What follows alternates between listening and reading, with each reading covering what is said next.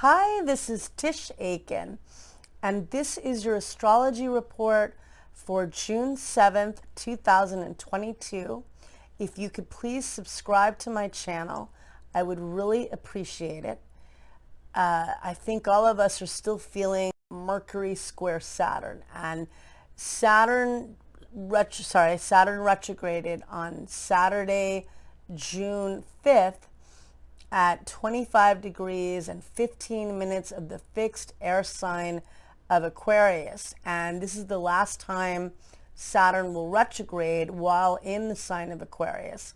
And we feel the pressure 5 days before and 5 days after. So we're still feeling that. And it can make you feel like you have a lot to accomplish and you're not able to do it.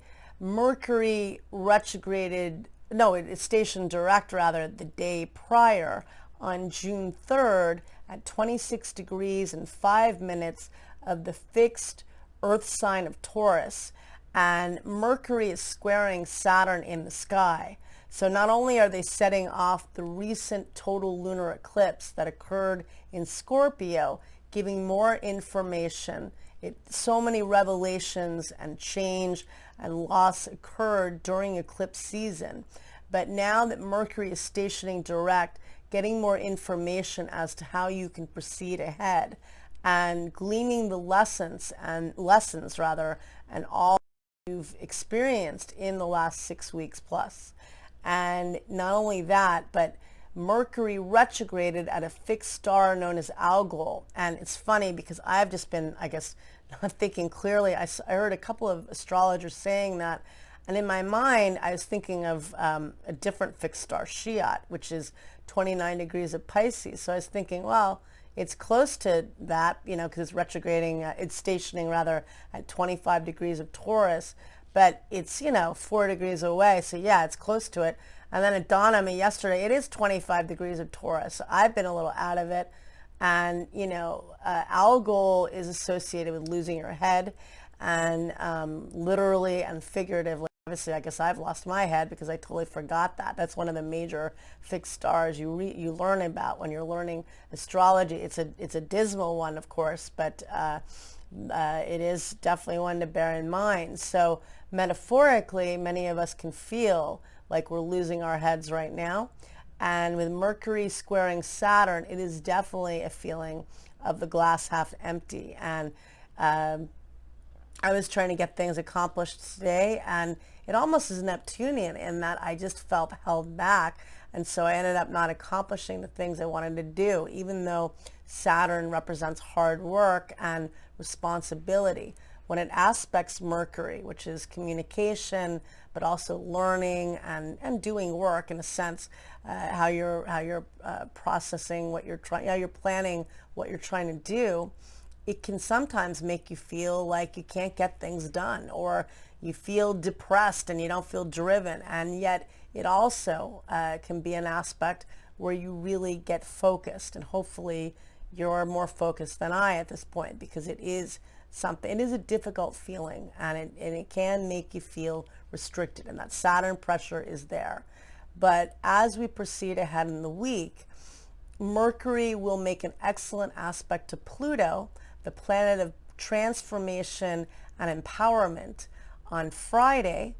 And that is a very strong aspect of, that's going to be on Friday, June 10th. That is a very empowering aspect. That is one where you feel like you can evolve your thinking, because right now many people are feeling a little depressed or just a little dissatisfied with how things are going. And there is a lot of Aries energy right now. Mars is transiting in its domicile in Aries, really firing things up and people up. Jupiter, the grand benefic, is transiting in Aries and will do so until October 28th. That is expanding through having courage and passion, but it also is expanding the anger on the collective. And it is a very difficult time that we've all been in, but we can't be reactive. We have to take action. Aries is the first sign of the zodiac, the cardinal fire sign that's very good at initiating new beginnings, charging ahead, and making it happen. And each of us needs to do that right now because it is a difficult time. But this week, you know, in the beginning of the week, it may feel hard to get it done. Give yourself permission and give yourself a break. I had also said Mars is out of bounds. It's another crazy thing. It will be out of bounds in the fall when Mars retrogrades, but I'll get to that at another point, and it will be retrograde through the beginning of next year. So that's going to be a wild time because Mars will retrograde from October 30th until January 12th, and then it's out of bounds right during that time frame for a few months. So that's going to be something else, but we don't have to deal with that yet. But what we do have to deal with is processing the lessons and all that has happened since the eclipse season, really since the middle of April. A lot of sudden change, some sudden opportunities that were amazing out of the blue, a lot of sudden loss, unfortunately, and a lot of sadness and endings too. Scorpio is a very intense sign. We had the total lunar eclipse in Scorpio. It was squaring Saturn, which just stationed retrograde over the weekend, really enforcing the lessons of what each of us needs to glean from that eclipse, and making it more of a difficult eclipse, really, because Saturn is kind of like the judgment card. What do you need to face and deal with? On June 13th, Mercury, which is the planet of communication, is going to enter the mutable air sign of Gemini at 11:27 a.m. Eastern Daylight Time, and it will transit there until July 5th. That's excellent for getting things done, networking, learning, communicating in all forms, and just feeling maybe more of a sociability, because right now Mercury squaring Saturn doesn't feel very social. It can feel alienated and depressed. But evolve your thinking with Mercury trine Pluto on Friday. Use it as a healing technique, perhaps. Maybe do some meditation or some positive affirmations or journaling. There will be a full moon on June 14th, the day after Mercury enters Gemini. And that full moon will occur at 7:52 a.m. Eastern Daylight Time. It's at 23 degrees and 25 minutes of the mutable fire sign of Sagittarius. I will do more of a video on the full moon itself, but that full moon is going to square Neptune, and both are ruled by Jupiter. Jupiter is the modern ruler of Sagittarius.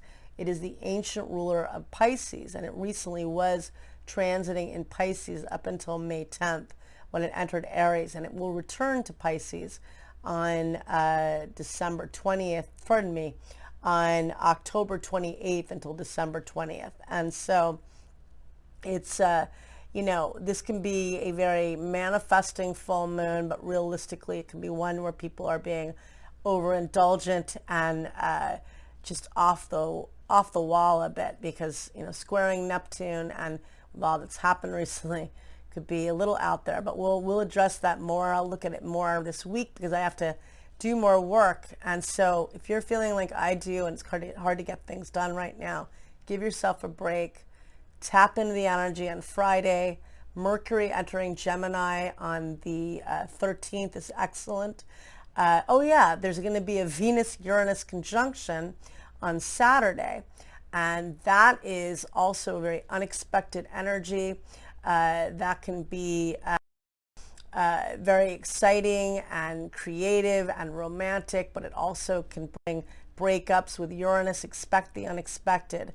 But Venus is in its rulership in Taurus. It loves being there. So that is a good thing. And that's on June 11th that's happening at 5:48 p.m.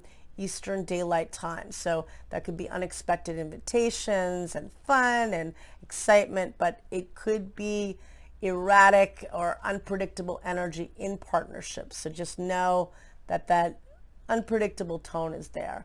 I wish you a lot of luck and thank you very much. Take care.